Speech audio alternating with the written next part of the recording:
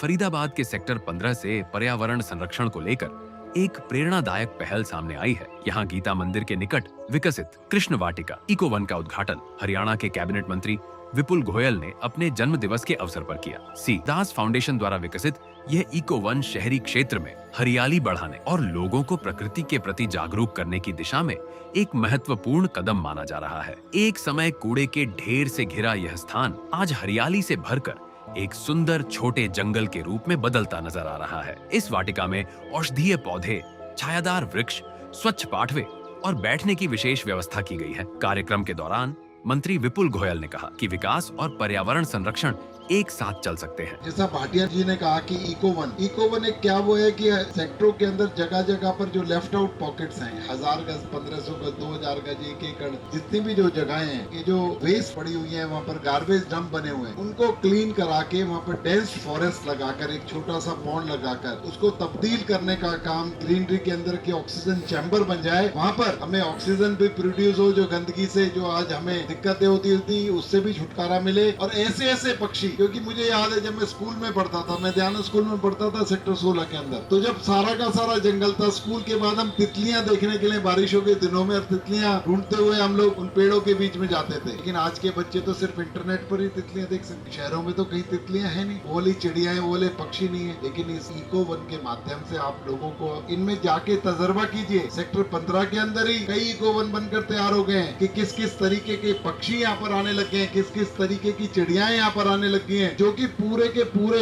System को balance करने का भी काम करते हैं। क्योंकि नेचर के अंदर हर किसी चीज की, इंसेक्ट की या किसी भी पशु हो, व्यक्ति हो, किसी ना किसी की उपयोगिता है। नेचर ने तभी बनाया है, वरना नेचर नहीं बना था। वो बहुत इंटेलिजेंट है हमसे ज्यादा। तो इसलिए उन सबका समावेश करने के लिए हमने इको वन की मुहिम चलाई और फरीदाबाद के अंदर संकल्प लिया है कि इन 5 साल के कार्यकाल के अंदर हम लोग 500 इको वन बनाएंगे। अभी हम लोग 35 इको वन बना सके, जिसमें से कि 13 इको वन सीधा परिवार BR भाटिया जी और इनके सहयोग से बना है। मंत्री जी, आपके कहने पे ये जो इको वन की श्रृंखला है उसमें टोटल 13 इको वन बने हैं। ये 11वां है हमारे सी दास परिवार के सहयोग से जो बना है। और ये अगर आपको ध्यान होगा, वैसे इस यहाँ जो लोग बैठे कईयों को ये पता होगा कि ये एक डंप यार्ड था, बना हुआ था, जो मेरी निगाह में आया। तो फिर मैंने बात की परिवार से और बात की फिर मंत्री जी से, तो इन्होंने गो अहेड दे दिया। तो इसकी हमने अंदर, अगर आप लोगों ने देखा हो तो इसकी पहले की फोटो भी लगी हुई है और अब की भी है। और स्थानीय लोगों ने भी इस पहल का स्वागत करते हुए इसे फरीदाबाद के लिए एक सकारात्मक बदलाव बताया।